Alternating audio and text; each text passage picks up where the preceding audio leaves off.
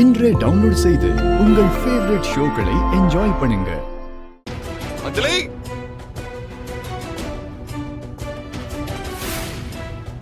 அஞ்சலி எங்க இருக்க? எங்க போயிருப்பா?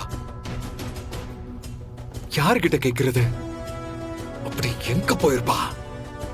வீடு முழுக்க தேடி பார்த்துட்டேன், எங்கேயுமே காணுமே. என்னை இப்படி புலம்ப விட்டுட்டாளே. என்னை இப்படி புலம்ப விட்டுட்டாளே. அஞ்சலி, ஏன் அஞ்சலி என்ன புரிஞ்சுக்கவே மாட்டேங்கிற? ஏன் என்ன கஷ்டப்படுத்துற? இதை விட்டு போய்கிட்டே இருக்க. அஞ்சலி,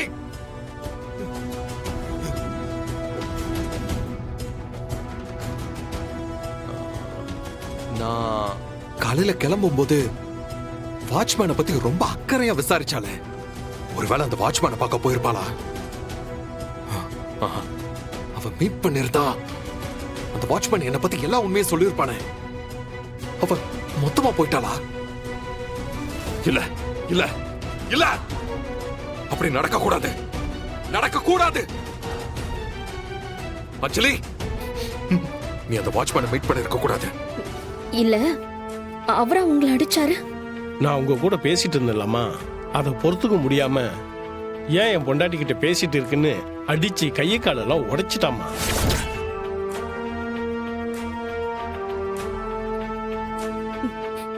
இல்லண்ணா, என் புருஷன் அப்படிப்பட்ட ஆள்லாம் இல்ல. நீங்க போய் சொல்றீங்க. இல்ல, சத்தியமா நான் சொல்றேம்மா, நீ என் பொண்ணு மாதிரி.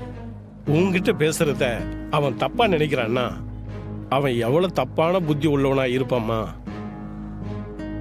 அவனை பத்தி நிறைய விஷயம் இருக்குமா உங்ககிட்ட சொல்றதுக்கு. நீங்களா தெரிஞ்சுக்கிட்டு நான் விட்டுட்டோமா. பெரிய எடுத்த சமாச்சாரம் நமக்கு எதுக்குன்னு நான் ஒதுங்கிட்டோமா. அவன் வீட்டில் என்னென்ன பண்ணுவான்னு தெரியுமாமா? வீட்டுக்கு யாரோ வராங்க, வீட்டை அவங்க தான் சுத்தம் பண்றாங்கன்னு உங்ககிட்ட அவன் சொல்லி வச்சிருக்கான்ல.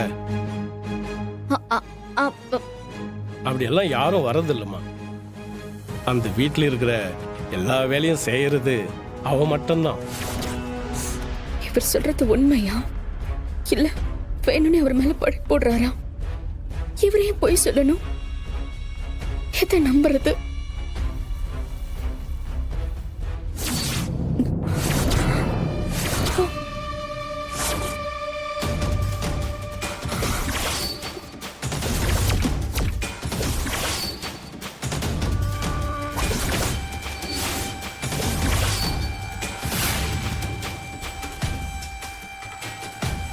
அவன் ஒரு சைக்கோமா. அப்படியெல்லாம் யாரும் வரதில்லைம்மா. அந்த வீட்டில் இருக்கிற எல்லா வேலையும் செய்யறது அவன் மட்டும்தான். எப்படியாவது நீ அவங்கிட்ட இருந்து தப்பிச்சிடுமா, இல்லைன்னா உங்களையும் ஒரு நாள் கொண்டுடுவான். ஏங்க, என் மேல உங்களுக்கு கோவமாங்க? உன்கிட்ட கோவப்பட்டு எங்க அஞ்சலி போற? நீ என்ன செஞ்சாலும் அதை நான் பொறுத்துக்கணும். பொறுத்துக்கலானா நீ தான் கோச்சுக்கிட்டு போயிருவே. அப்படிலாம் எதுவுமே இல்லைங்க. இல்ல அஞ்சலி, வீட்டுக்கு வந்து பார்த்தேன், வீடெல்லாம் திறந்து கிடந்துச்சு, உன்னை காணோம். கொஞ்ச நேரம் நான் பதறி போயிட்டேன். உனக்கு தெரியுமா தெரியுமா நான் என்ன யோசிக்கிறது? யாராவது உன்னை தூக்கிட்டு போயிட்டாங்கன்னா, இல்ல உனக்கு ஏதாவது ஆபத்து வந்துருச்சுன்னா, நான் அப்படியே துடிச்சு போயிட்டேன் அஞ்சலி. என்ன பண்றதுனே தெரியல. உனக்கு போன் பண்ணா போனும் நாட் ரீச்சபிள்ல இருந்துச்சு. இல்லங்க, பக்கத்துல கடைக்கு தான் போயிருங்க. ப்ளீஸ் அஞ்சலி, உனக்கு நான் எல்லா சுதந்திரமும் கொடுத்திருக்கேன். நீ எங்க வேணாலும் போவா, உன்னை நான் கண்ட்ரோல் பண்ண மாட்டேன். ஆனா நீ என்கிட்ட சொல்லாம எங்கேயும் போகாத. அப்பதானே நீ சேஃபா இருக்கியான்னு தெரிஞ்சுக்க முடியும்.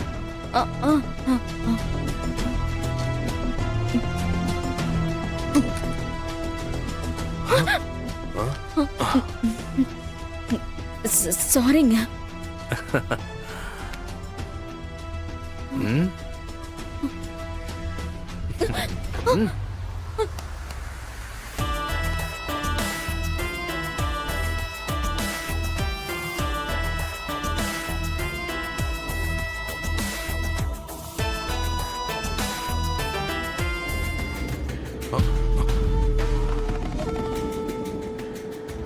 ஃபோன் பண்ண கண்டிப்பா போய் தான் சொல்லுவா. வேணா, அவ எங்க இருக்கான்னு அவளுக்கு தெரியாமலே கண்டுபிடிக்கணும். அவ நம்பரை ட்ராக் பண்ணணும்.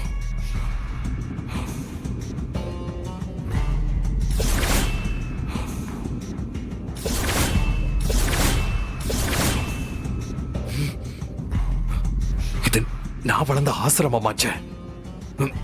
அங்க அதுக்கு அஞ்சலி போனா? நீ தப்பு பண்ணிட்ட அஞ்சலி, பெரிய தப்பு பண்ணிட்ட.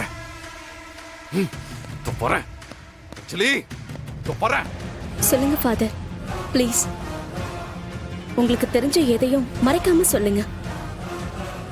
நீங்க சொல்ற ஒவ்வொரு விஷயமும் என் லைஃபுக்கு பெரிய உதவியா இருக்கும் ஃபாதர்.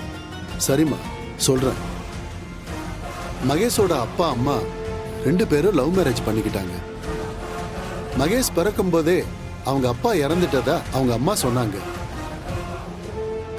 அவங்களால வளர்க்க முடியாத சிச்சுவேஷன்ல அவனை இங்க கொண்டு வந்து விட்டாங்கம்மா. அவன் சின்ன வயசுலயே வாழ்க்கையில நிறைய பிரச்சனைகளை சந்திச்சிருக்கான். அதனால அவன் யார்கிட்டயும் பேச மாட்டாம்மா. எப்பவும் தனியாவே உட்கார்ந்துருப்பான், சோகமாவே இருப்பான். ஆனா படிப்புல மட்டும் ரொம்ப ஷார்ப்பா இருப்பாம்மா. நாங்க எல்லாரும் சேர்ந்து அவனை தனிமையில இருந்து கொண்டு வர முயற்சி பண்ணோம். ஆனா முடியலம்மா. கொஞ்ச நாள் கழிச்சு இவனை மாதிரியே ஒரு பையன் இங்க வந்தான். அவங்களுக்குள்ள ஒரு நல்ல ஃப்ரெண்ட்ஷிப் உருவாச்சு. நாளாக நாளாக மகேஷோட சோகம் சந்தோஷம் எல்லாத்துலயும் அவன் இருப்பான். அவன்கிட்ட மட்டும் மனசுல இருக்கிற எல்லா விஷயத்தையும் அவன் ஷேர் பண்ணிப்பான். அவனை மத்தவங்க கிட்ட கூட அவன் பழக விட மாட்டான். தனக்கு ஒரு அம்மா அப்பா கூட பிறந்த சகோதரன் யாராவது இருந்தா எப்படி பாத்துக்குவோமோ அந்த அளவுக்கு அவனை பார்த்துப்பான். அவன் இல்லாம அவன் சாப்பிட மாட்டான், தூங்க மாட்டான்.